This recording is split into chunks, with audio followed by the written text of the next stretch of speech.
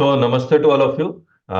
आज ये GST litigation का सेकंड सीरीज है। तो वो जो पहले किया था वो दैट वाज फर्स्ट सीरीज। तो इसका हम यूट्यूब में भी वीडियो डाल रहे हैं, तो उस वहां भी देख लीजिएगा। और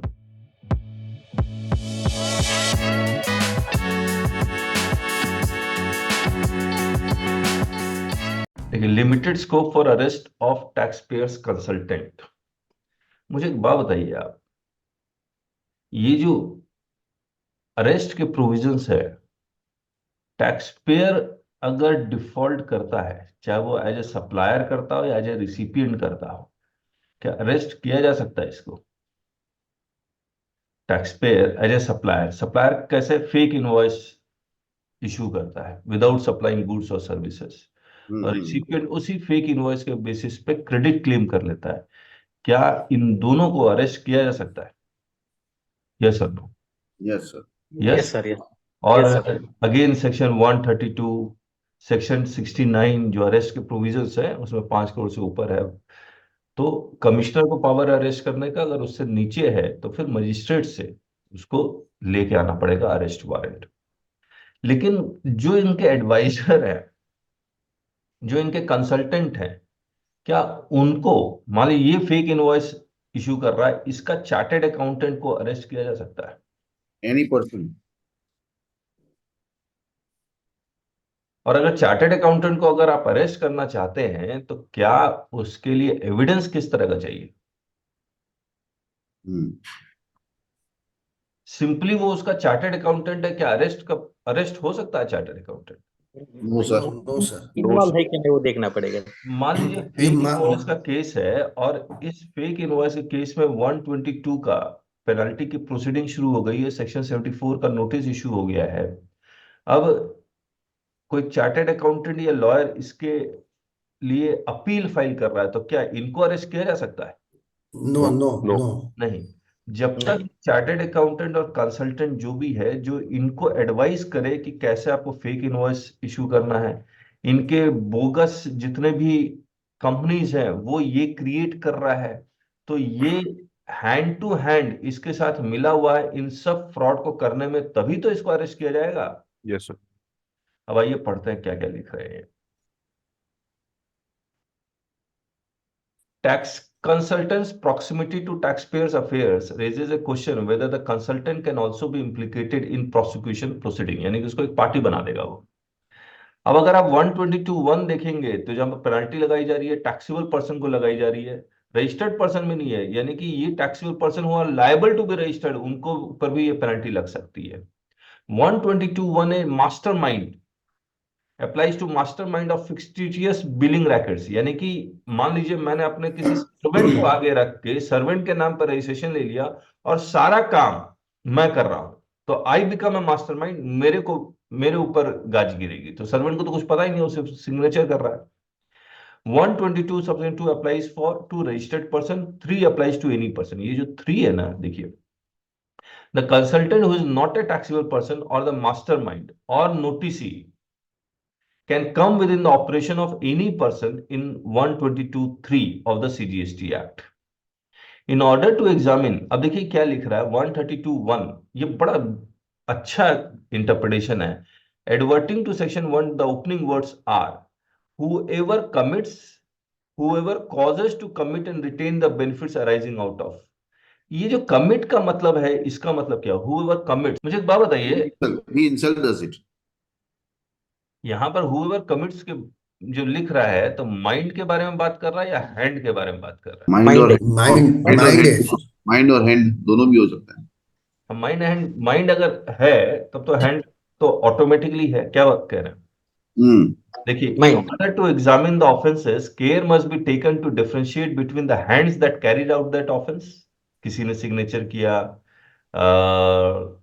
या फिर किसी ने, हाँ सिग्नेचर ही, हैंड्स का मतलब वो क्या क्या कर सकता है सिग्नेचर के अलावा? that carried out the office and the mind that authorizes them. Commit does not make reference to hand but the mind. While the mind will be proceeded against, the hand will only be an accessory. अब देखिए क्या होता है, जब मैं सबका विश्वास की किताब लिखी थी, तो उसमें और इसमें भी हर एक लॉ में है, कंपनी और उसके डायरेक्टर्स। मुझे एक बात बताइए, कंपनी ने ऑफेंस किया फेक इनवॉइस का, तो कंपनी के अगेंस्ट ये पेनल्टी के प्रोसीडिंग शुरू होंगे या नहीं होंगे, पेनल्टी प्रोसिक्यूशन? यस सर, होंगे सर। होंगे। होगा सर। डायरेक्टर्स के अगेंस्ट पेनल्टी एंड प्रोसिक्यूशन? नहीं हो सकता। सर डायरेक्टर ऑथराइज है तो उनके यस। अब उनको यहां, भी होगा। अब एक बात बताइए, डायरेक्टर भी दो तरह के डायरेक्टर, एक whole time director managing director, और दूसरा एक इंडिपेंडेंट है, एक इंडिपेंडेंट है। Independent director. इंडिपेंडेंट डायरेक्टर के अगेंस्ट क्या कोई प्रोसीडिंग शुरू हो पाएगी? नहीं सर। नहीं हो पाएगी।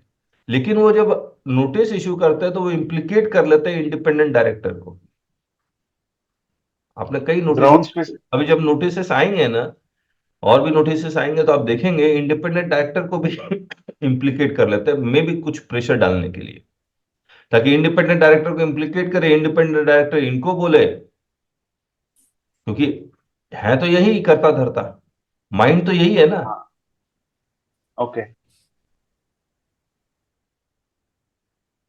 अभी एक याद है आप लोगों को, उड़ीसा का एक केस हमने गोपाल जी का किया था, गोपाल शाह जी का, टेबको कंपनी का था। उड़ीसा कह रहा हूँ, तेलंगाना या है आंध्र का। ये बरहमपुर का है सर, गोपाल जी। हाँ, नहीं नहीं, वो चार्टर्ड अकाउंटेंट तो बहरमपुर के हैं, उड़ीसा के हैं, लेकिन जो मैं कंपनी का ओनर भी बरहमपुर का है। नहीं नहीं नहीं, वो फिर आप हम किसी और चीज का रेफरेंस ले रहे हैं। उसमें क्या किया था, मैनेजिंग डायरेक्टर के ऊपर भी पेनल्टी लगाई हुई थी, कंपनी के ऊपर तो लगाई हुई थी, कंपनी के ऊपर तो 5 करोड़ रुपए की पेनल्टी लगाई हुई थी, लेकिन मैनेजिंग डायरेक्टर के ऊपर भी 25,000 प्लस 25,000 इसकी पेनल्टी लगाई हुई थी। आइए,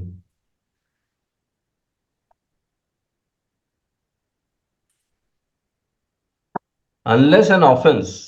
अब देखिए, ये सब चीजें आपको याद होनी चाहिए, 132(1)(a)(2)(d), फिर उसके सब क्लॉजेस, ये सब याद है। मैं आपको थोड़ा सा हिंट दे देता हूँ। 132(1) का ए से लेकर डी तक, जहां पर ये फेक इनवॉइसेस, बेसिकली ये फेक इनवॉइसेस का ही केस है, प्लस कुछ और भी है, लेकिन मुझे जो अभी याद आ रहा है वो फेक इनवॉइस का केस है। फेक इनवॉइस में केस में अगर एक्सीडिंग 5 करोड़ में अगर पहुंच गए, तो फिर कमिश्नर को पावर हो जाएगा आपको अरेस्ट करने का। ये वही यहां पर भी लिखा हुआ है ये सब। आइए, unless an offence as listed in this and punishable, and offenses punishable can be shown, action against taxpayers consultant under 69(1) is wholly impermissible.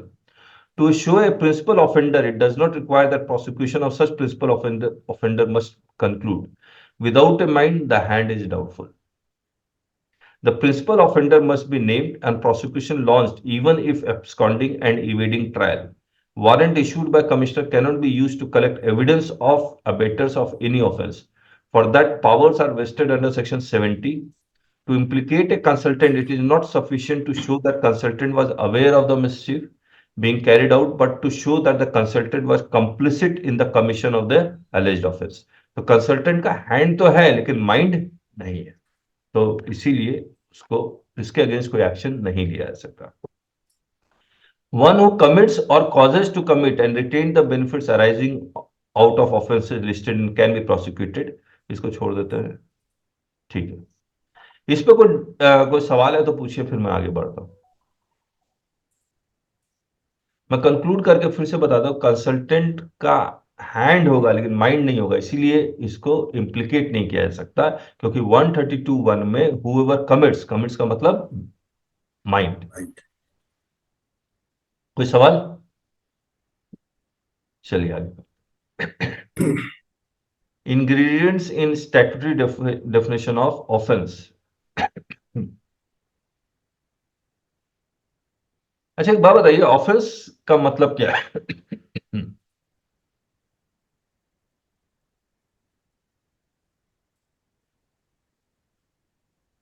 GST 9 में मैंने कुछ गलत लिख दिया तो क्या ऑफेंस है?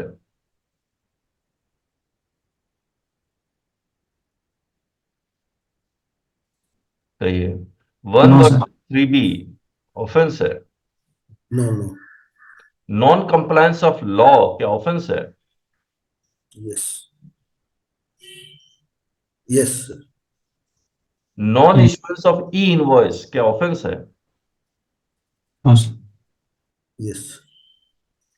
तो ऑफेंस है या नहीं है, ये सेक्शन 132 में डिफाइंड है।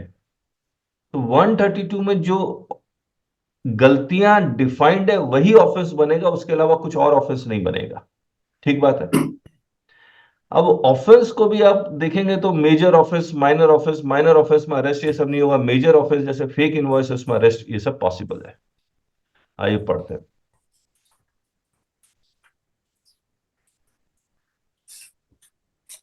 Enforceability is the touchstone of all rights. Likewise, everything else that entails a remedy in law requires to be legally enforceable. And to be enforceable, it must be clearly defined in the statute and not left to the common sense understanding in society, which is ever changing and uncertain. Care must be taken to study offences listed in 122 and 132, which appear to be deceptively similar but actually have vast differences. ये differences intention की है।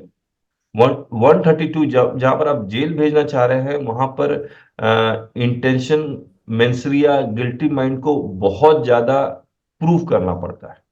122 में वो guilty mind को उतना prove करने की जरूरत नहीं है। तो यहाँ 132 में एविडेंस बहुत ज्यादा चाहिए, 122 में कम एविडेंस में भी काम चलेगा। चाहिए तो सही, क्योंकि आप अगर ऑफेंस देख रहे हैं यानी कि हुएवर कमिट्स ऑफेंस, तो कमिट ऑफेंस के लिए माइंड देखना है, तो माइंड के अंदर घुसना बहुत मुश्किल है।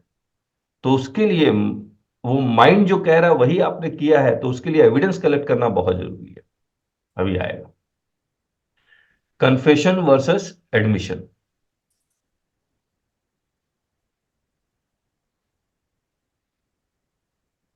देखिए, confession ends further proceedings in the matter as there remains nothing more to be discovered in adjudication. मैं आपको एक एग्जांपल दे रहा हूं। उसी कंपनी में मान लीजिए एक ए लिमिटेड कंपनी है, इसने कोई फेक इनवॉइस इशू किया।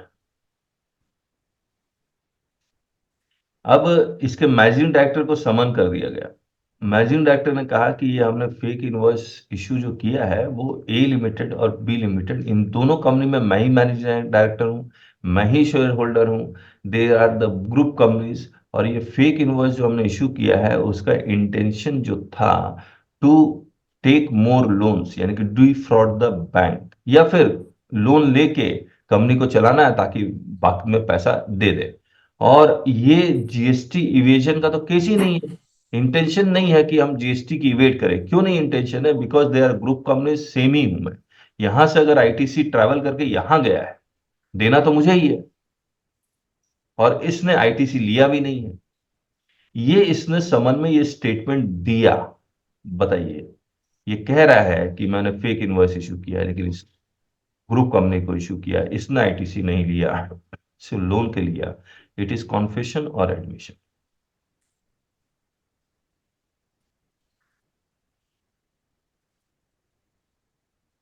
तो पढ़ते एक बार। कॉन्फेशन अगर है, कॉन्फेशन किसके सामने हो सकता है? हमेशा मजिस्ट्रेट के सामने, है ना। Confession ends further proceedings in the matter as there remains nothing more to be discovered in adjudication, and admission is in respect of one or more fact which when accepted as undisputed supplies the ingredients that make up the offense। आप देखिए, ये जो पूरा का पूरा managing director ने बोला था, जो भी फैक्ट्स था उसको इसने एडमिट कर लिया, तो एडमिट कर लिया तो it becomes an admission. Confession can given cannot be. अच्छा एक बात बताइए, ये एविडेंस उसके पास नहीं होता, डिपार्टमेंट के पास, और मैनेजिंग डायरेक्टर को डायरेक्ट समन कर दिया जाता। आप बताइए, और उससे पूछा जाता सवाल कि आपने फेक इनवॉइस इशू किए या नहीं किए, और कोई एविडेंस नहीं है डिपार्टमेंट के पास। रेड नहीं हुआ, रेड के बिना ये इसको बुला लिया गया। तो डिपार्टमेंट रेड के बिना अगर समन देता है तो समन की वैलिडिटी भी नहीं है, और समन में पूछा जाने वाला कोई भी सवाल इसके अगेंस्ट यूज भी नहीं होगा। और समन में कहा गया कोई भी स्टेटमेंट ना एडमिशन होगा ना कॉन्फेशन होगा. Confession given cannot be readily accepted. It must be examined if the party making the confession understand the statutory definition of the offense. For example, it is not made by force or for other reasons. The objective of investigation is to punish the guilty party and not just any willing party.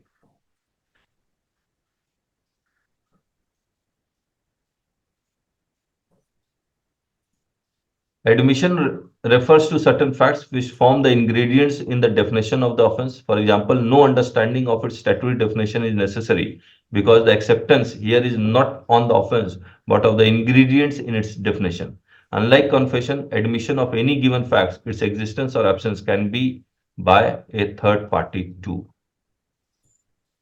Admissions can be made due to misunderstanding. Admission must be as a matter of fact, not as a matter of opinion of the accepting party. अब देखिए समन में वो law पूछने लगता है कि 16(2)(c) में अब क्या कहता है, तो वो सब कभी भी समन में पूछा ही नहीं जाना चाहिए. समन में वही पूछा जाना चाहिए जो फैक्ट से रिलेटेड है. Admissions can turn out to be incorrect or false. Other evidence may disapprove the admission. Admissions may even be retracted or modified. Admissions secured forcefully lack probability value. Deep understanding of these aspects is extremely relevant to determine whether the allegation in a notice are sustainable in law. यहां पर कोई सवाल? Intention versus motive. Offense requires intention to evade tax. For example, where supply is made without issuing tax invoice, the intention is to evade tax, although the ultimate will be to avoid payment of income tax on profits arising from this venture. ये line मुझे नहीं समझ में आई. अगर मैं fake invoice issue कर रहा हूं तो मेरा intention without issuing tax, the intention is to evade tax, although the ultimate motive may be to avoid payment of income tax on profits arising from this venture. मतलब sir tax invoice issue नहीं कर रहा तो income tax में भी book नहीं होगा ना. अच्छा अच्छा, ओके ओके ओके. हाँ, गुड्स और सर्विसेज सप्लाई कर दिया लेकिन टैक्स इनवॉइस इशू नहीं कर दिया, नहीं किया. ओके, तो इनकम टैक्स वेट कर रहा है. डायरेक्ट टैक्स अवॉइड करने के लिए सर. उस पे जो Indirect प्रॉफिट पे जो हाँ. इनकम टैक्स होगा वो ये कह रहा है कि इंटेंशन भले इनकम टैक्स को अवॉइड करने की थी, लेकिन जीएसटी को उससे मतलब नहीं है. GST concern itself with the immediate consequence of not paying output tax deliberately, even if such non-payment of output tax may not be the only goal in this venture. Again, this is not something that can be discussed in sufficient detail to do justice on the issues involved in this topic, but suffice to present the distinction so as to point to deeper study in due course.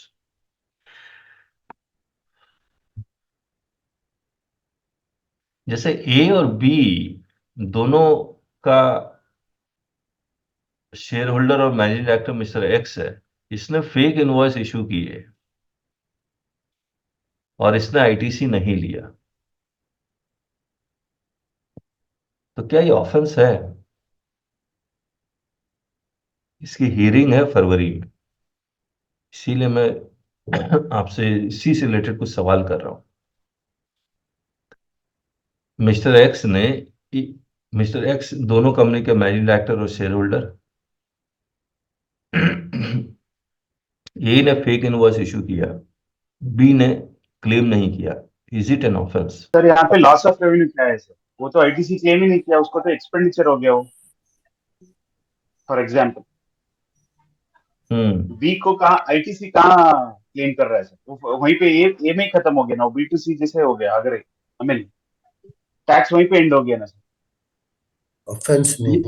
ये जो line है, GST concern itself with the immediate consequence of not paying output tax deliberately, even if such non payment of output tax may not be only goal in this nature. तो GST यहाँ पर concern क्या है कि आपने fake invoice issue, उसका consequences आपने ITC लिया या नहीं लिया उससे कोई मतलब नहीं है. It will be treated as an offence. Is it correct? Sir fake invoices ITC के लिए भी नहीं बनेगा, बुकिंग एक्सपेंडिचर के लिए भी बनता है ना सर? नहीं, एक्सपेंसेस बुकिंग के लिए अगर ये मेरी आवाज हो रही है क्या? हाँ, इको हो रही है शायद सर. ओके, तो किसी ने माइक भी ऑन है, मेरी आवाज भी ऑन है, ऐसा लग रहा है.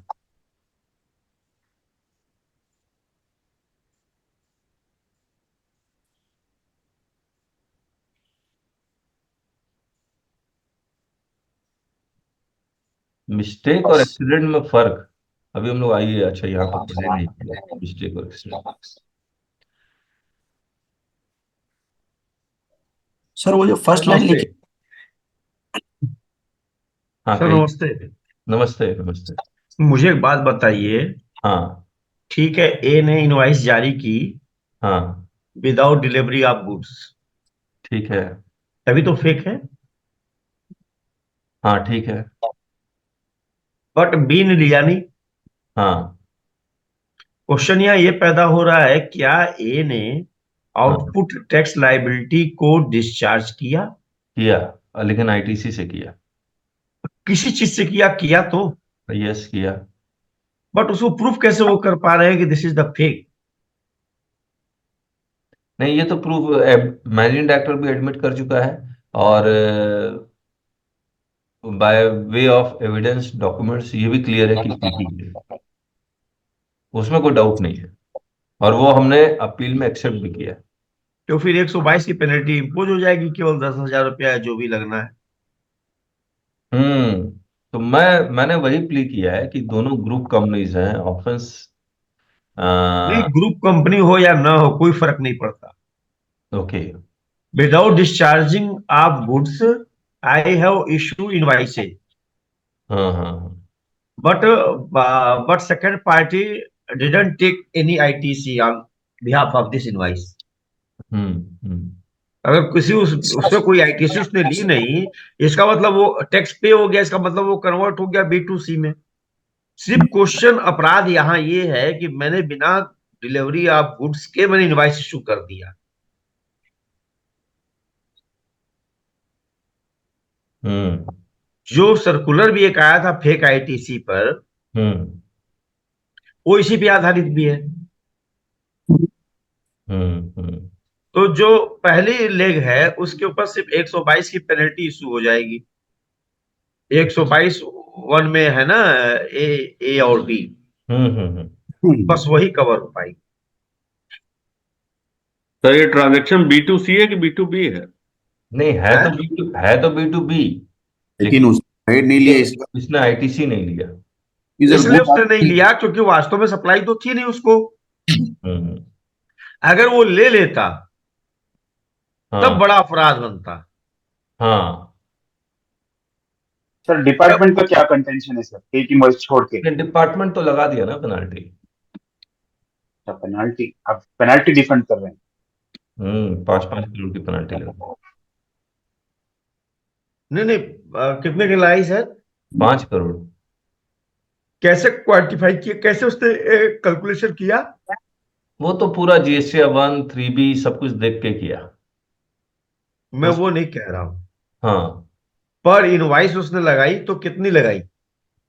वो सब देखना पड़ेगा। 100%। याद नहीं है, 10,000। याद नहीं है। 100% है सर। तो इसको जरा देख लीजिएगा बस। चलिए ठीक है। हाँ। अच्छा, एक्सीडेंट वर्सेस मिस्टेक। अब देखिए, ये इलस्ट्रेशन में लिखा हुआ, आप बताइएगा कि एक गन था जो टेबल पे रखा हुआ था, और एक्सीडेंट, और वो फायर हो गया, एंड इट गॉट फायर, गिरने से फायर हुआ कैसे भी, और किसी को लग गया। ये एक्सीडेंट है?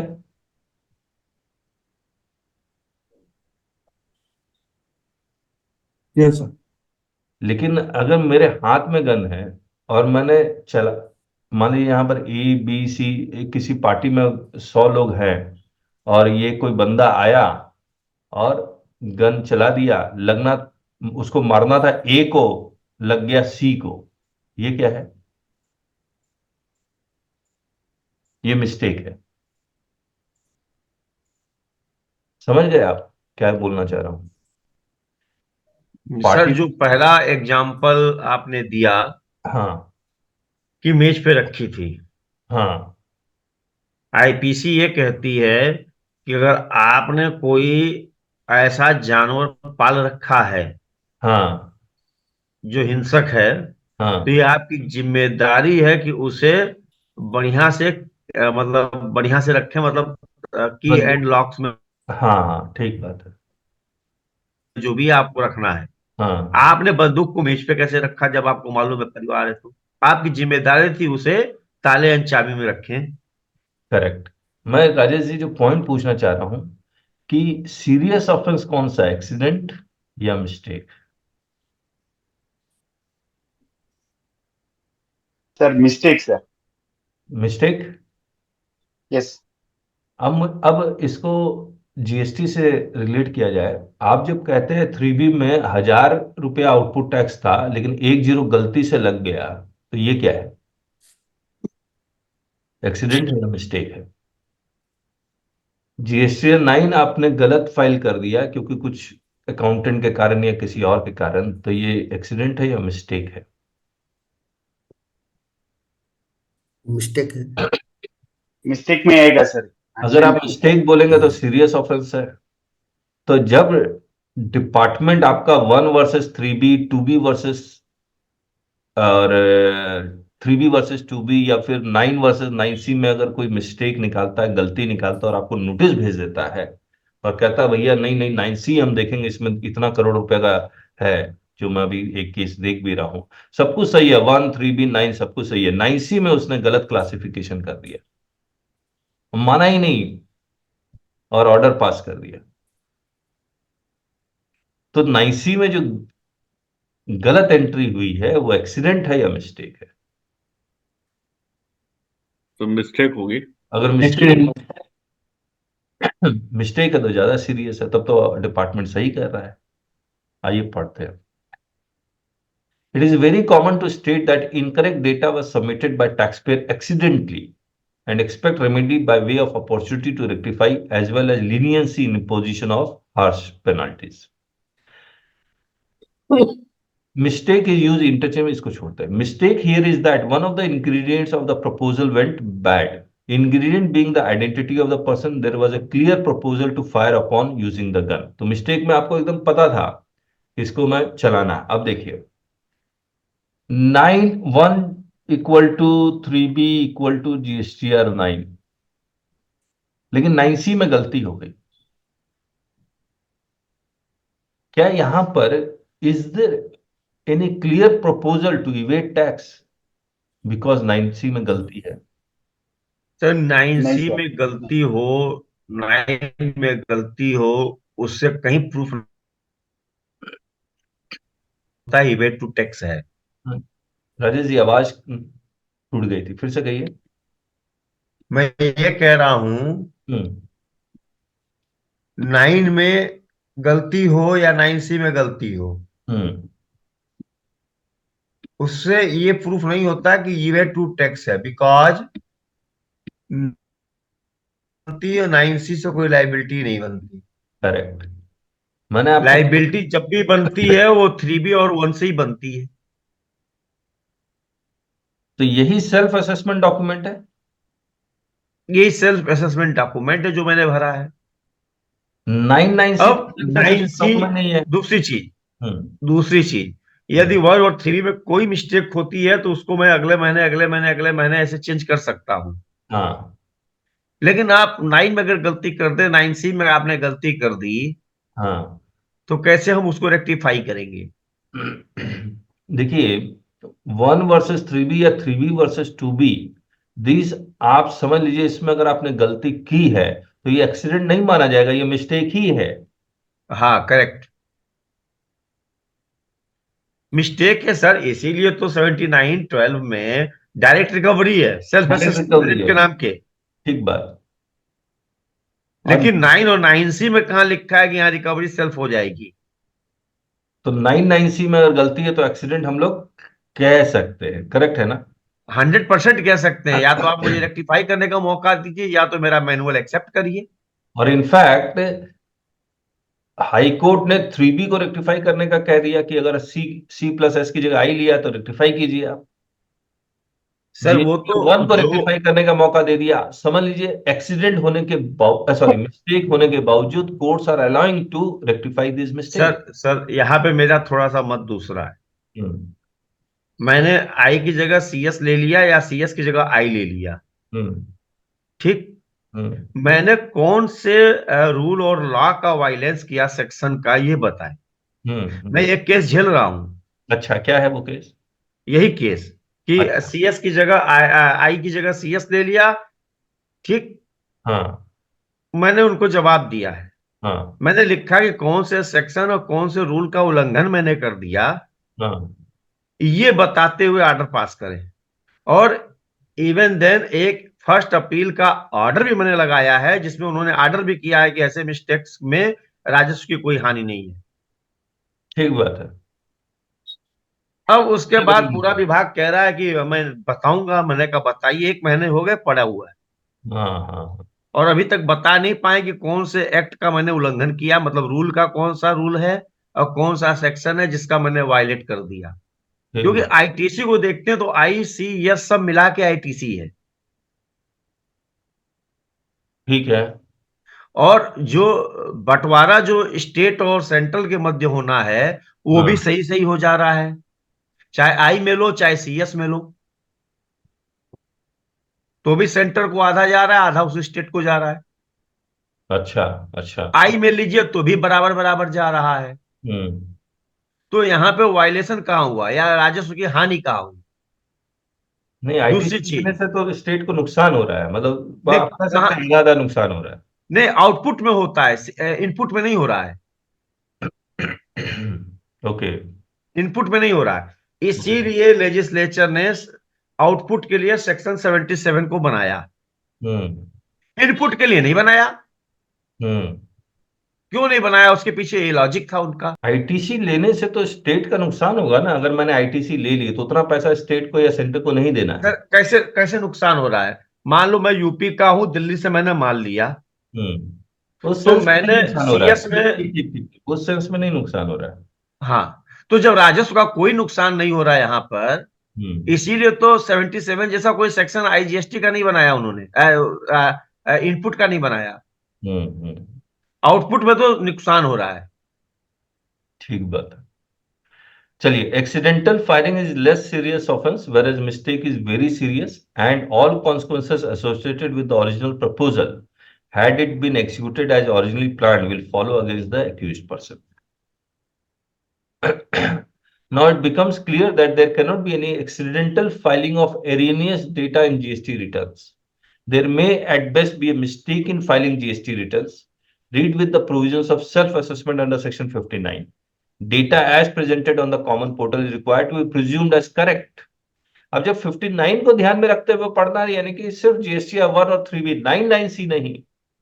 Revenue is welcome to act on this presumption and take necessary action. In the light of this discussion, consider the treatment under 75 subsection 12 जो सेल्फ असेसमेंट का डॉक्यूमेंट है, जब 1 वर्सेस 3B को मान लिया गया कि ये सेल्फ असेस्ड है, उसके डिफरेंस को, and CBIC instruction with reference to difference between tax payable as 1 and 3B will seem fair and reasonable. किसी का कोई सवाल यहां तक? ये जो मैं कहा हूं वही बात ये इसने कह दी यहां। ठीक बात है। फोर्स रिकवरी और स्पॉट रिकवरी इन GST। अच्छा, ये 75 सबसेक्शन 12 में जो डायरेक्ट रिकवरी पॉसिबल है या नहीं है? है सर। नहीं है। अब तो ऑटो फॉर्म आ गया ना, 1C 1D, 1 वर्सेस 3B होगा, और तो पोर्टल में नजर भी आ रहा है, तो ऑटो रिकवरी तो पॉसिबल नहीं है, सर मतलब डायरेक्ट रिकवरी पॉसिबल नहीं है। सर अब उसमें जो आया है, हाँ। आपका 1 हफ्ता वेट गया, आपने कोई रिप्लाई नहीं दिया, हम्म। तो बिना रिकवरी किए वो आगे बढ़ता भी नहीं है, रिटर्न भी हाँ, नहीं भरने देता है। करेक्ट। नहीं तो तो आपका हो ही गया ना। रिप्लाई, हाँ उस सेंस में हो गया, लेकिन रिप्लाई दे देंगे तब तो नहीं हुआ ना। रिप्लाई दे देंगे तब तो नहीं हुआ, लेकिन अगर वो 1 ही हफ्ते का तो टाइम दे रहा है। हाँ हाँ हाँ, उस सेंस में है, करेक्ट करेक्ट। हाँ, टाइम ज्यादा देना चाहिए था उसको। सर लेकिन अभी पोर्टल फंक्शन नहीं कर रहा है, बहुत सारा मिसमैच है, लेकिन नोटिस नहीं, इंटीमेट नहीं हो रहा है। नहीं नहीं, पुराना नहीं हो रहा, नया तो हो ही जा रहा है। मेरे नहीं में हो रहा है हुआ, सर क्या? हम इधर भी मेरे में देखे। हुआ, हाँ? मेरे में हुआ। मेरे में नहीं हो पाया दो, जबकि ITC एक्सेस क्लेम था 2B से 3B में। ये नहीं नहीं, एक्सेस 25 क्लेम में जल्दी वो लागू नहीं कर रहे हैं, अच्छा। पेएबल में तुरंत लागू कर रहे हैं, क्योंकि अब अगले अब चालू हो जाएगा आपके यहाँ भी। क्योंकि भी जो आउटपुट इनपुट उन्होंने कहा नहीं, जो पुराना छूटा हुआ है वो यहाँ तक रिक्लेम करने का इस टाइम में भर दें। और इसलिए उसको चालू नहीं किया उन्होंने। ये अमल में तुरंत लागू है। मुझे एक बात बताइए, मैं भूल गया पूछना। आज हाई कोर्ट 3B और 1 को रेक्टिफाई करने दे रहा है, और 3B और 1 हमने ये समझ लिया कि इसकी में अगर कुछ है तो वो मिस्टेक है।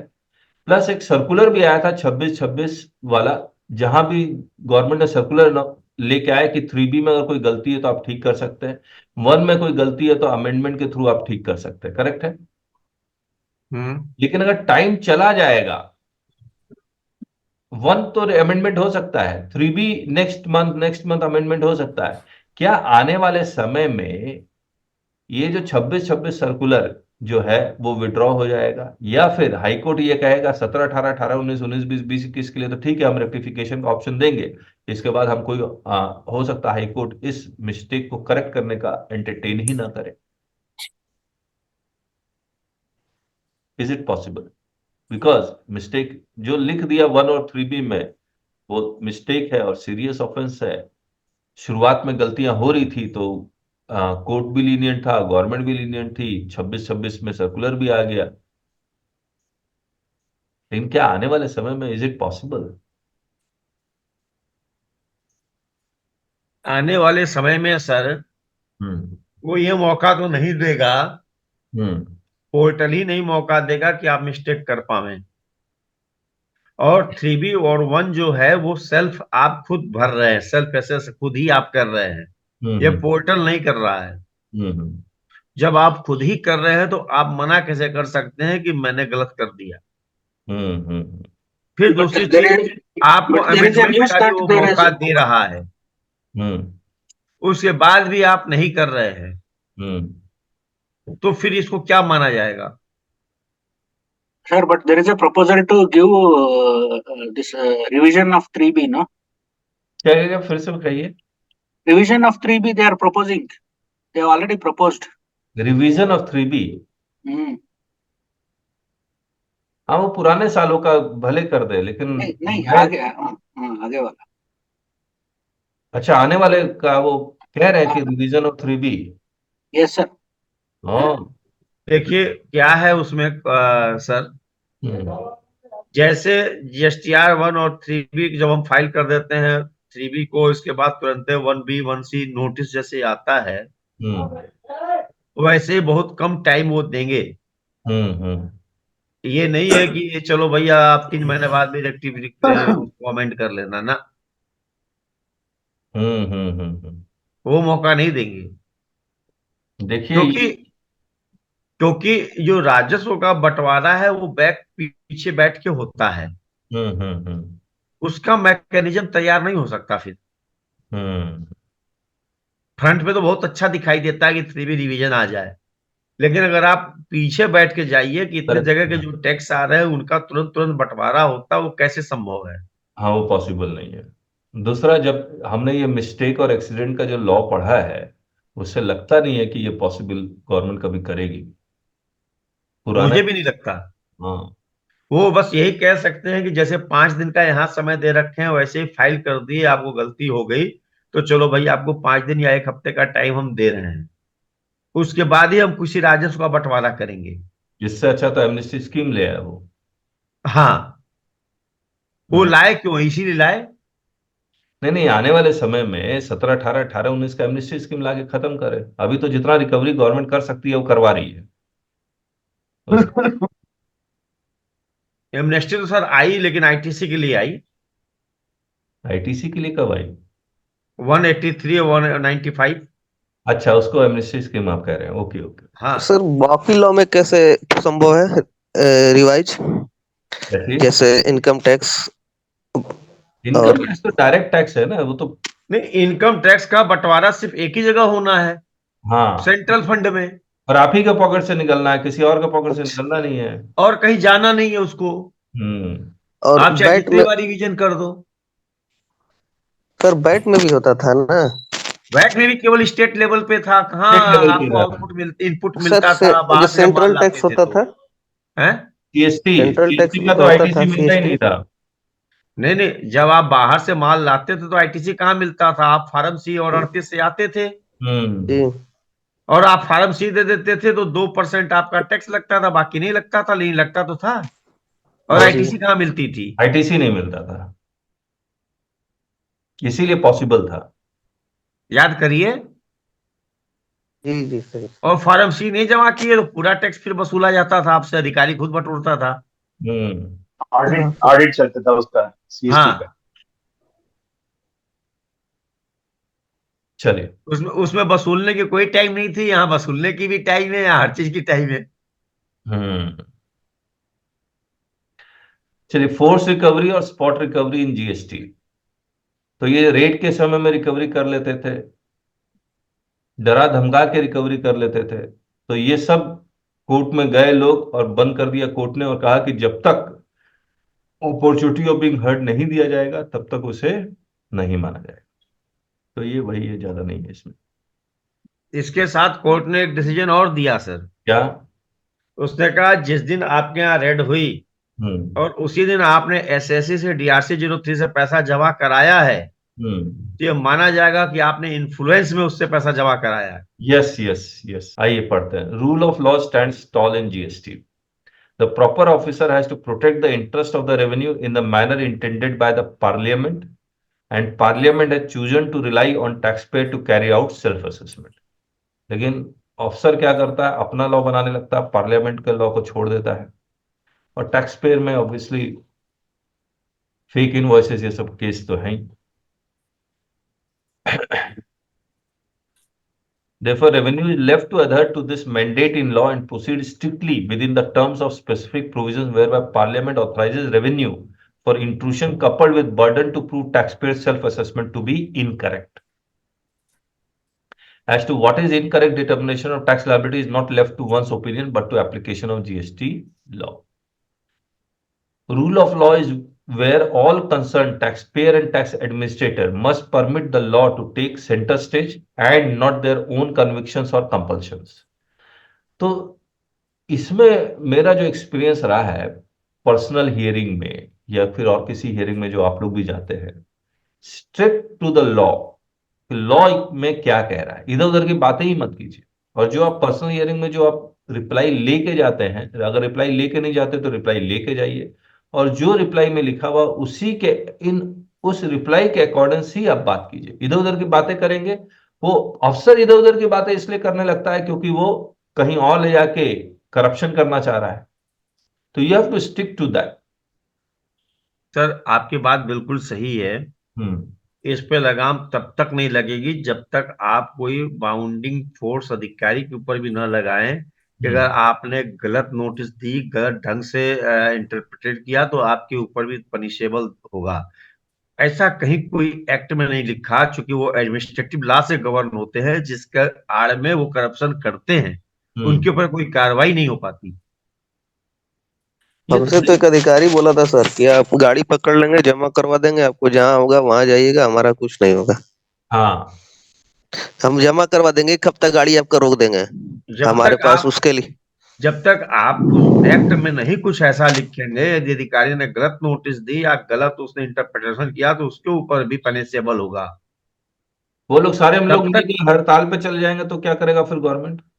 मान लीजिए कोर्ट हर एक जजमेंट में अवार्ड लगाने लगे तो ये लोग का तो बहुत बड़ा एसोसिएशन बोलता है हमने काम नहीं साहब, तो नौकरी छोड़ दें, क्या जरूरत है? आप गलत थोड़ी, करप्शन करने के लिए थोड़े आपको बैठाया गया है। आप लॉ को लॉ की तरह से पढ़ेंगे ना। नहीं, सड़क पे गाड़ी जा रही है, उसके पास ईवे बिल है, उसके पास बिल है, जो लिखा है वही है, सब कुछ है। गाड़ी के 1 नंबर 2 नंबर में ऊपर नीचे हो गया तो आप कहते हो कि नहीं आप कोर्ट चले जाइए, यहाँ जमा कराइए। क्यों भैया, क्यों कोर्ट चले जाइए जब गवर्नमेंट का सर्कुलर है? क्या ईवे बिल है और बिल है तो क्या टैक्स चोरी प्रूफ हो जा रही है क्या? चलिए आगे पढ़ते हैं। GST was introduced in 17 but stands tall as it is mounted on the shoulder of legislations as old as 1872 be an Indian contract act. Supply के डेफिनेशन में इंडियन कॉन्ट्रैक्ट एक्ट जरूरी है, 2 पार्टी के बीच में एग्रीमेंट होना चाहिए, goods और services supply होनी चाहिए, कंसिडरेशन आना चाहिए।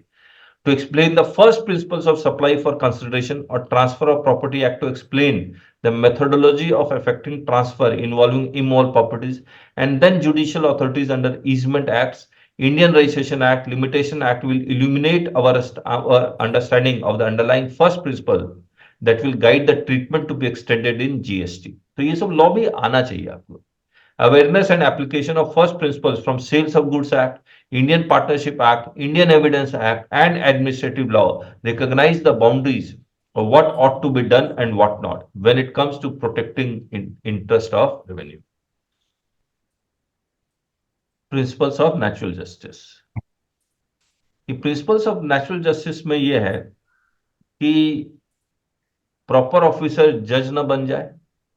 No person shall be a judge in his own cause. Nemo judex in causa suo, which means दूसरा ऑडी अल्ट्रम पार्टम, which means to hear the other party. तो ये जज नहीं बनेगा, यानी कि एक्स पार्टी नहीं देगा, यानी कि कोई भी जजमेंट पास करने से पहले वो उससे पूछेगा. कमल पोदार जी का केस में देखिए क्या हुआ.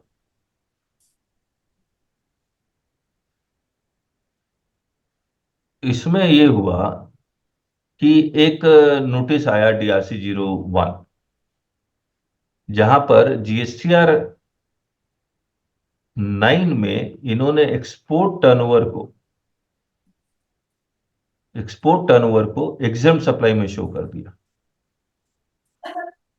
या GSTR 1 में कहीं कोई गलती की थी इन्होंने. तो एक्सपोर्ट टर्नओवर को किसमें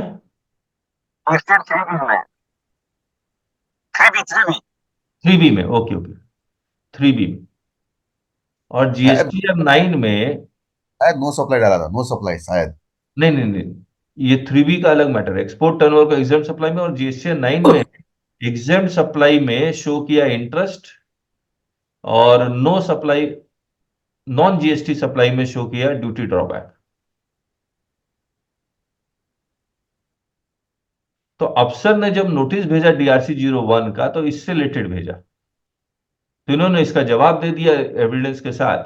जब ऑर्डर पास हुआ, अब देखिए अफसर के माइंड में क्या चल रहा है. जब इसका जवाब दे दिया, अब जब वो ऑर्डर बनाने लगा, तो उसने देखा रे 9 में exempt supply, non GST supply, इसके बारे में मुझे बताया नहीं गया. तो इसने गुस्से में without being opportunity of being heard ये मान लिया ये वाकई में, मतलब सिर्फ एग्जाम सप्लाई में तो फिगर लिखा हुआ GST 9 में 10 लाख और 15 लाख, मान लिया ये वाकई में एग्जाम सप्लाई, और 42 का रिवर्सल कर दिया. अफसर ने पूछा ही नहीं कि भैया ये एग्जाम सप्लाई किसको रिप्रेजेंट कर रहा है, ये नॉन GST सप्लाई किसको रिप्रेजेंट कर रहा है. वो पूछ लेता तो ये DRC 07 में ऑर्डर पास नहीं होता. ठीक बात है या नहीं. तो principles of natural justice not followed. अफसर खुद ही जज बन गया, बिना आपसे पूछे हुए ये जजमेंट ऑर्डर पास कर दिया. दूसरी बात सर ये है, जो नोटिस दिया, हाँ, अगर उससे संतुष्ट नहीं है तो ऑर्डर उसी बिंदु पे करेगा, न कि किसी और बिंदु पे. मतलब फिर से बताइए.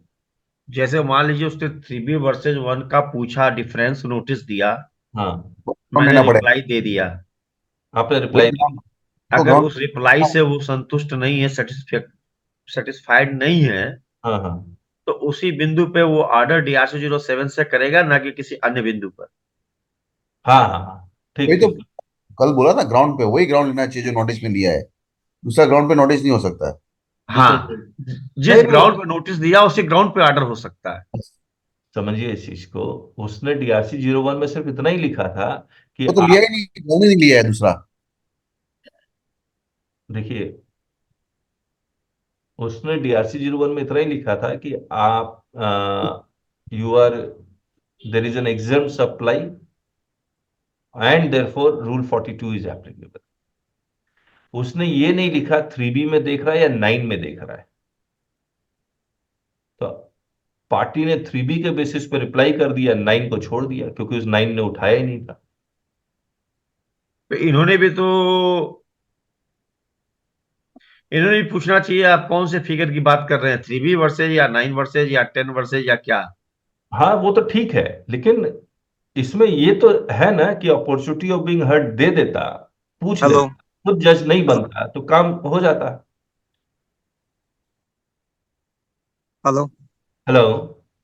या सर, वो जो रिवर्सल का फिगर निकाला था ना, that is on the basis of this 3B में जो अपने एक्सपोर्ट सप्लाई को एग्जाम सप्लाई दिखाया, तो उसी बेसिस पे निकाला था, निकाला एंड था। That amount was also matching with that figures.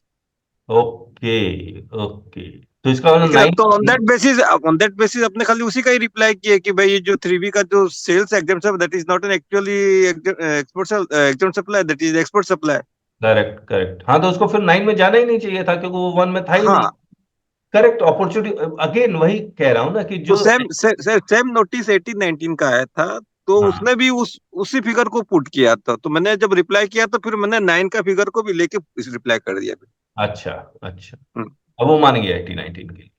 मैं अभी ऑर्डर नहीं आया है, बट अच्छा, इज एक्सेप्टेड। हाँ, ओके, ओके, हाँ, ठीक बात है। राजेश जी जो कह रहे हैं कि भैया जब आपने 3B वर्सेस 1 का और वो फिगर भी दे रहा है, तो 9 में गया ही क्यों, नहीं जाना चाहिए था। अगेन हाँ, ठीक है, principles of natural justice not followed. आइए, इंस्पेक्शन ऑफ प्रीमाइसेस, सेक्शन 67।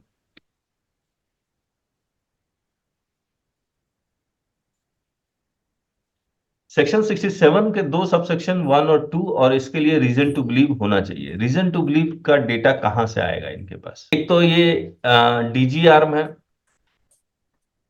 ये आर्टिफिशियल इंटेलिजेंस लगाती है। एक एडवेट है, ये करती है। क्या मैं रेरा से भी डेटा ले सकता हूँ? क्या सीबीडी सर और डेटा ले एक सकता हूँ? बो वेब है सर, BOWEB, क्या चीज? BOWEB, बो वेब, BO, WE हाँ, हाँ, B, क्या है ये? that is also some intelligent software, AI. ये क्या कर्नाटका में है? हाँ, ओ, I have sent one notice sir, in that it is mentioned, बो वेब. तो ये कर्नाटका स्टेट ये ने डेवलप यूपी किया में भी होगा है तो। सर वो वेब, हाँ जी, यूपी में भी है वो वेब। यूपी में भी है। इसका हाँ, मतलब ये सेंटर द्वारा डीजीआर में एडवेट है, और कर्नाटक, हर एक स्टेट अपना अपना कुछ एप्लीकेशन डेवलप कर रही है, इसका मतलब। चलिए, ठीक है, वो वेब भी है, रेरा, सीबीडीटी, रजिस्ट्रार का ऑफिस, इन सब से भी वो डेटा लेके रीजन टू बिलीव बना सकते हैं। तो ये देखिए, any step 1, any officer may gather intelligence from sources within the law or from proceedings under the law, such as scrutiny or audit, or from third party sources, such as person liable to maintain and disclose transaction level data, such as CBDT 26AS से निकाल लेते हैं। एक case आया मेरे पास, देखिए हमने कुछ केस को लिया नहीं, हमारे बस का ही नहीं था वो। सर्विस टैक्स का मैटर है। प्रॉफिट ऑन लॉस अकाउंट में इसने वो जो इनकम जो दिखला रहा था, वो जैसे इनकम टैक्स की फाइल नहीं बनाते हैं, उस फाइल को बनाने के लिए इसने एक फिक्टिशियस इनकम दिखा दिया, 12,50,000। अब जब वो इनकम टैक्स रिटर्न भरा, तो हर साल वो इनकम टैक्स रिटर्न में ट्रेडिंग ऑफ गुड्स भरता था। गलती से ट्रेडिंग ऑफ सर्विसेज भर दिया। ऐसा दो कॉलम होता है क्या इनकम टैक्स रिटर्न में, ट्रेडिंग ऑफ गुड्स और ट्रेडिंग ऑफ सर्विसेज? हाँ सर, दो होते हैं। दो होते हैं। तो ट्रेडिंग ऑफ सर्विसेज में 12,50,000 भर दिया, नोटिस आ गया, भैया सर्विस टैक्स दो। अब ये कह रहा है कि नहीं सर, गलती से भर दिया, गलती से, मतलब मिस्टेक। अगेन देखिए, वो तो उसको ठीक मानेगा ही मानेगा। क्या इसका कोई सॉल्यूशन हो सकता है? इससे मैंने एविडेंस मांगा, बोला नहीं सर कुछ नहीं है मेरे पास, ना अकाउंट्स है ना कुछ है। हमारे पास एक ही प्ली है कि सर ये यहां भरता था, यहां भर दिया।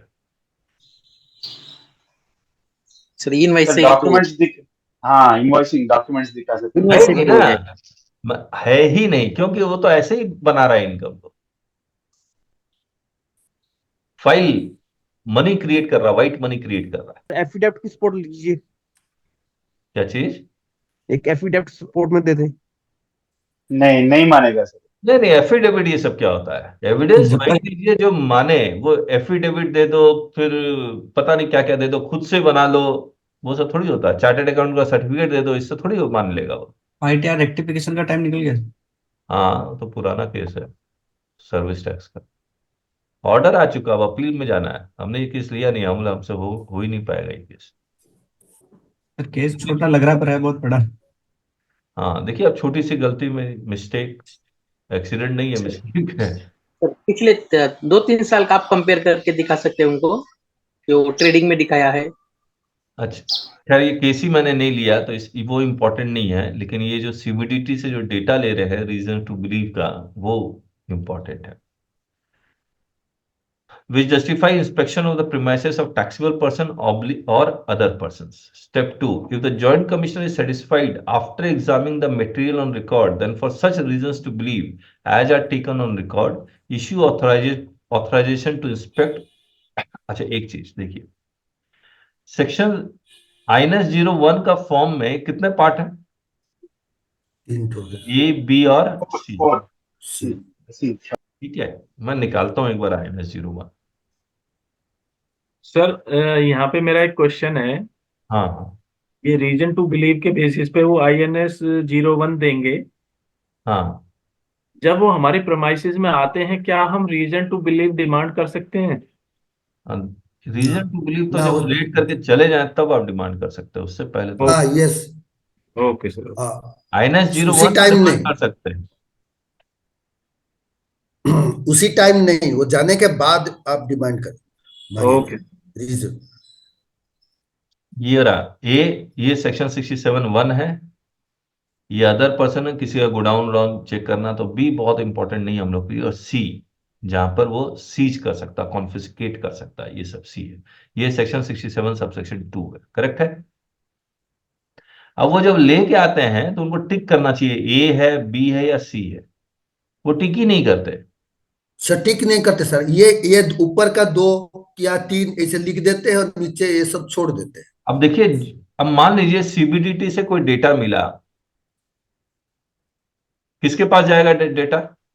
जॉइंट कमिश्नर या उसके ऊपर। अब ये जॉइंट कमिश्नर को डिसाइड करना है कि ये केस सेक्शन 67 सबसेक्शन 1 का बनेगा या 2 का बनेगा। वो अपने रजिस्टर में जो डायरी है उसमें लिखेगा, रजिस्टर में,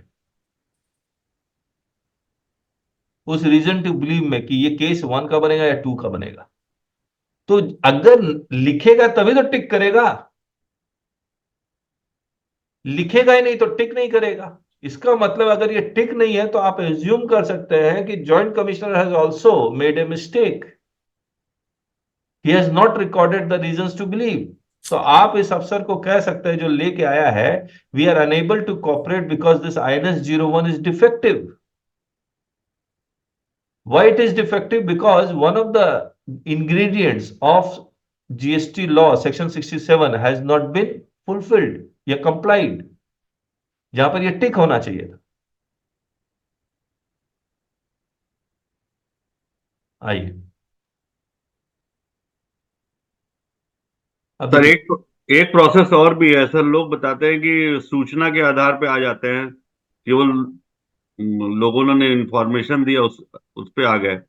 जब तक INS 01 नहीं होगा, किसी भी हालत में आपके प्रीमाइसेस में अंदर घुसने का जो कारण है वो रीजन टू बिलीव है, और जो अथॉरिटी है दैट इज INS 01 या फिर ऑडिट टीम को है, और किसी को नहीं, और किसी को नहीं। If the joint commissioner is satisfied after, और हम लोग पढ़ेंगे तो आपको नजर अभी आएगा, if the joint commissioner is satisfied after examining the material on record, then for such reasons to believe as are taken on record, issue authorization to inspect specified premises of the taxable person or any other person. Any other person B में है, taxable person A और C में है। Form INS 01 must be specific as to the following: whether only inspection to be carried out, name of location and specific articles to be inspected, part A or B of INS 01 is referred, both inspection and search to be carried out, suspicion about goods liable to confiscation, secreted है, goods are secreted, documents, books or things found to be secreted at specified location and duly noted on file, part C of INS 01 is referred। तो ये जो joint commissioner है वो ए, B और सी में से, या दोनों में से, या तीनों में से कुछ भी उसमें टिक करना बहुत जरूरी है। Based on INS 01 the authorise officer not below the rank,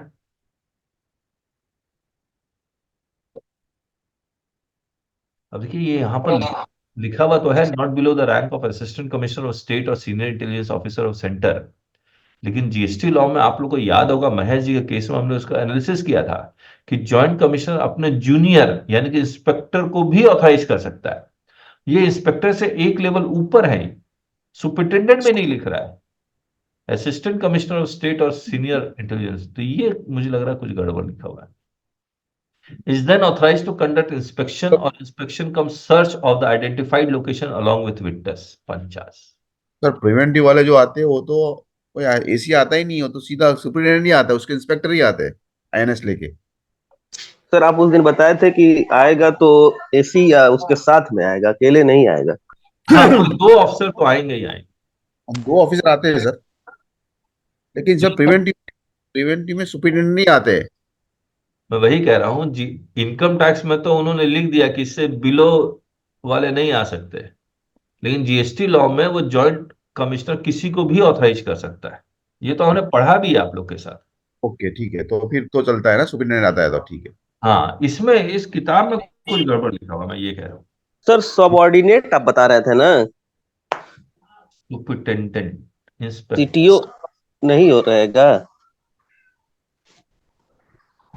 sir reason to believe show cause notice में चैलेंज करने हैं। रीजन टू बिलीव मांगना है, फिर शोकॉज नोटिस में आपको लिखना पड़ेगा ऑब्वियसली। ओके सर, इनके बिहेव की कहीं कोई लिखा हुआ नहीं है क्या, जिस तरीके से वो बदतमीजी से बात करते हैं और फोन छीन लेते हैं, मतलब ऐसा कुछ?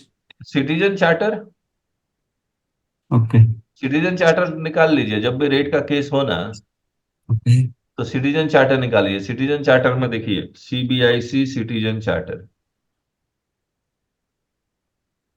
उनके साथ पढ़ना शुरू कर दीजिए। ये रहा कर्टसी एंड अंडरस्टैंडिंग।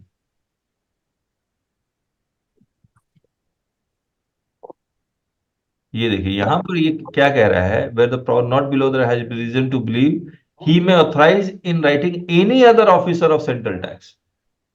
तो एनी अदर ऑफिसर तो सुपरिटेंडेंट भी हो सकता है, इंस्पेक्टर भी हो सकता है, लेकिन हमने ये कहा था कि ये एनी अदर ऑफिसर इतना सीरियस मैटर, आप इंस्पेक्टर को भेज रहे हैं जिसको कुछ नहीं आता ऑब्वियसली है, सुपरिटेंडेंट को भेज रहे हैं जिसको और थोड़ा सा ज्यादा आता है, कम से कम असिस्टेंट कमिश्नर लेवल को भेजना चाहिए। नहीं तो वो देखिए, इंस्पेक्टर को अगर भेज रहा है या सुपरिटेंडेंट को, ना उसको एविडेंस कलेक्ट करना आता होगा, ना प्रोसेस को फॉलो करना आता होगा, कुछ नहीं आता होगा उसको। सर हाँ हाँ, यहाँ पे सीबीआई में जो सर्कुलर जारी हुआ था कौन प्रॉपर अफसर कहाँ होगा, हाँ। तो 3/3 में वहां देखिए क्या लिखा है 67 में। कहाँ कहाँ, कौन सा सर्कुलर में? 3/3 सेंट्रल का नहीं आया था, ऑफिसर्स का जहाँ पावर वो दिया गया था, प्रॉपर ऑफिसर के लिए सर काम को सर्कुलर देखेगा। 3 था। अच्छा अच्छा, 3/3। ओके हाँ ओके ओके, अभी देखता हूँ।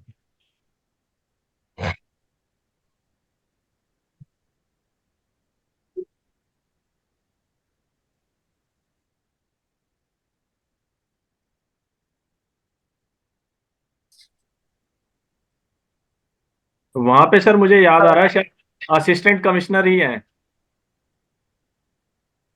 अच्छा, अगर ऐसा है तो फिर तो बहुत बढ़िया। एसीडीसी आते हैं सर। उन्हें नहीं नहीं, फेक, देखिए मैं ये कह रहा हूं कि फेक अगर इंस्पेक्टर और सुपरिटेंडेंट लेवल का आ रहा है तो आप मान के चलिए कि वो फेक रेड करने आ रहे हैं। वो सर ऐसे ही करते हैं सब, जा करके धमकाते हैं सब, पैसे 25-50 हजार वसूल के ले जाते हैं सब, सीटीओ वगैरह लेवल के अधिकारी। हम्म। एक हमारे यहाँ लेकर के एक आदमी से 50 हजार लेके गए सब। सर हमारे केस में भी मैंने बताया था वही हुआ था, आज तक उसकी कोई रिपोर्ट नहीं है उनकी तरफ से। हाँ हाँ, पैसे लेके वो चले गए। ये रहा 3/17। ये तो देखिए ये साइनिंग अथॉरिटी हो गई है ना, 1 2 और 5 में, लेकिन सेक्शन 67 और कहीं नहीं मिलेगा। ये डिप्यूटी असिस्टेंट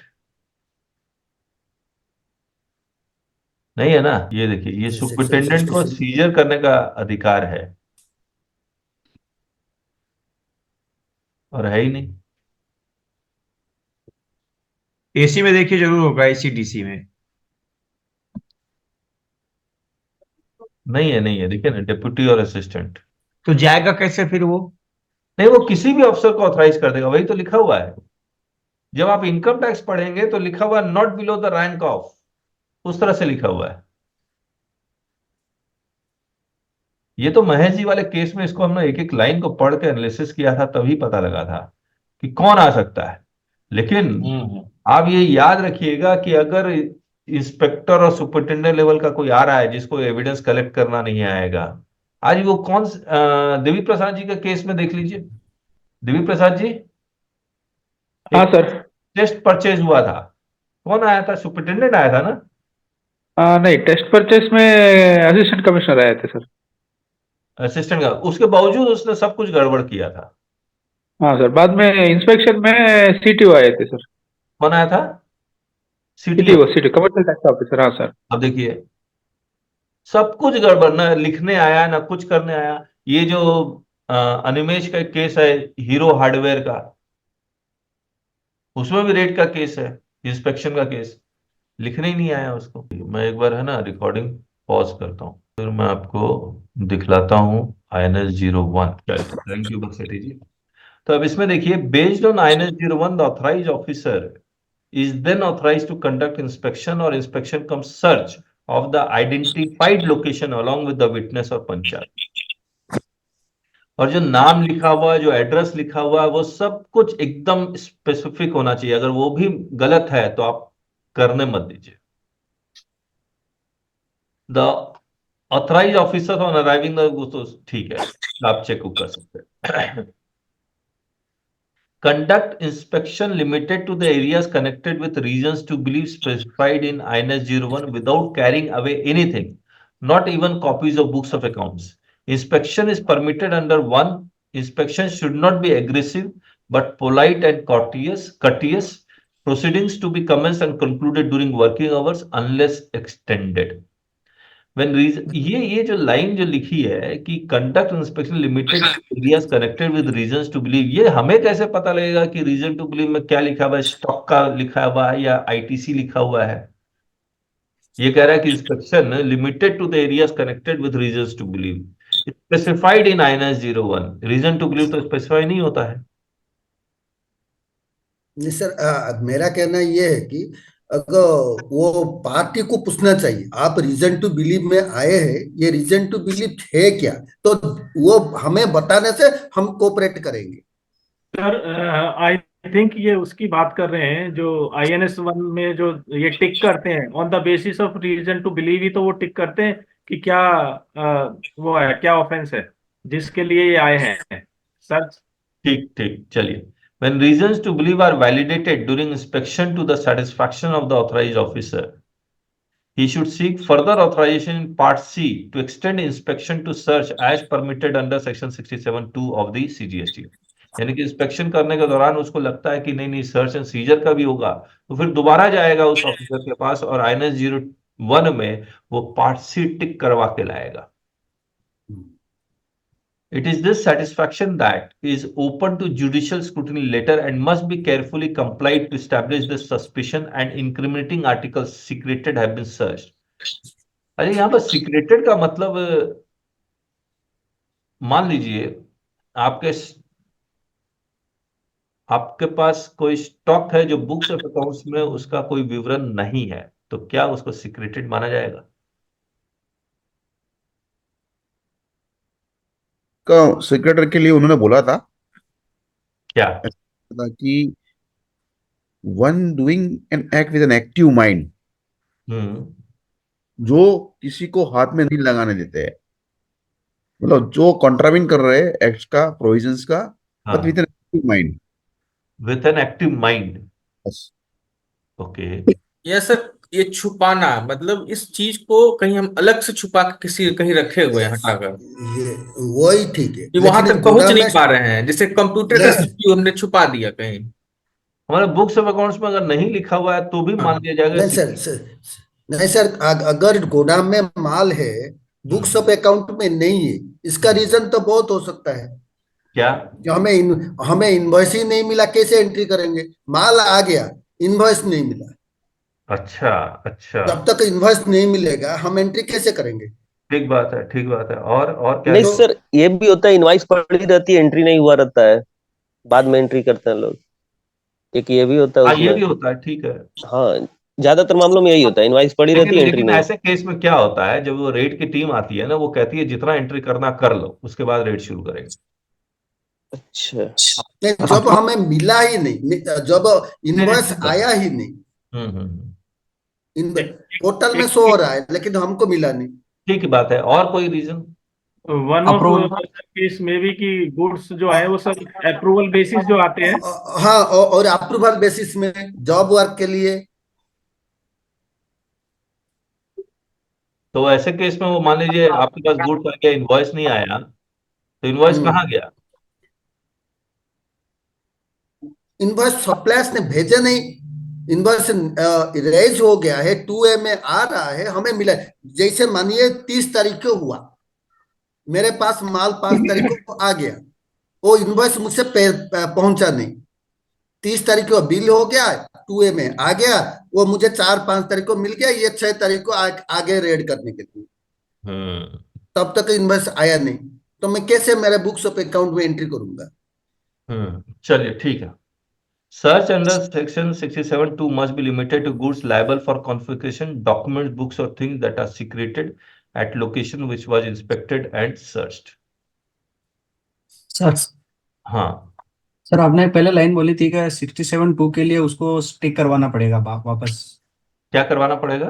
जॉइंट कमिश्नर से। जैसे इंस्पेक्शन करते करते अगर कोई गुड्स ऐसा हो जाता है जिसको सीज करना है, तो फिर हाँ उसका हाँ, प्रोसेस प्रैक्टिकली वो कैसे करेगा सर? दोबारा बनाएगा, और फिर से दूसरा INS 0 ऑथराइजेशन बनाएगा, लाइन, दूसरा INS 0 बनाएगा। ऑथोराइज मतलब वो उसकी फिर से उसकी वैलिडिटी खत्म हो जाएगी फिर, वो अगर बाद बैठे जो रहेंगे वहां पर। आप जो जिसके यहाँ रेड करना है वो वहां बैठे रहेंगे, एक बंदा जाएगा और सारा डॉक्यूमेंट जो भी उसके पास है, और जॉइंट कमिश्नर से मिलेगा, बोला सर एक और INS 01 साइन करके दीजिए, और पार्ट सी टिक होगा उसमें, वो जाएंगे नहीं वहां से। सर जैसे इस हीरो हार्डवेयर केस में ये इंस्पेक्शन करने आए फिर सर्च एंड सीजर किए, दोनों चीज किए ना ये तो। कौन? हीरो हार्डवेयर में? नहीं हाँ। नहीं, इंस्पेक्शन सर्च एंड सीजर किए होते तो INS 02 होता, वो है नहीं। अच्छा, सिर्फ इंस्पेक्शन किए, गुड्स को वहां उनके कस्टडी में छोड़ के चले गए। हाँ, सर्च या सीजर में वो लेके जाएंगे सामान। यस। नहीं है कि लेके जाएंगे, सीज बंद कर सकते हैं वहां पे, वो सील लगा सकते हैं अपनी जगह पे। हाँ, मतलब आपको यूज करने नहीं देंगे, वो भी कर सकते हैं, prohibition of using the good. चलिए आज यहीं तक करते हैं, किसी और दिन। अब तो मैं आज आउट ऑफ स्टेशन चला जाऊंगा, जब मैं आऊंगा वापस तो फिर रिज्यूम करेंगे। सर एक क्वेश्चन था छोटा सा। हाँ, पूछिए। सर सेक्शन 73 का नोटिस और सेक्शन 76 के नोटिस में मतलब डिफरेंस, वो जो शॉर्ट पेड और नोट पेड का 73 में होता है, और 76 में नोटिस का आता है कि गवर्नमेंट को डिपॉजिट नहीं कराया। तो अगर जैसे किसी के नोटिस आया है कि DRC 7 GSTR 7 के बेसिस पे और 1 में टर्नओवर का डिफरेंस है, 76 में कौन सा नोटिस होता है? सेक्शन 76 में sir tax collected but not deposit to the government. तो वो तो सर 74 में ही आना चाहिए। हाँ हाँ हाँ, ओके ओके ओके। पर ये नोटिस 73 में आया, तो इसको अपन 76 में जैसे अगर नहीं भेजा उन्होंने, तो उस बेसिस पे चैलेंज कर सकते हैं? नहीं, 76 का अलग से तो कोई नोटिस है ही नहीं। अब देखिए, an opportunity of hearing shall be granted, यानी कि 73 में ही ये 76 का नोटिस आ जाएगा, और क्या? नहीं नहीं आ SC तो सकता, सर नहीं आ सकता, मुझे देखना SC पड़ेगा। देखिए 76 में मुझे तो लगता है प्लेन पेपर पर नोटिस देंगे कि क्या करेंगे ये।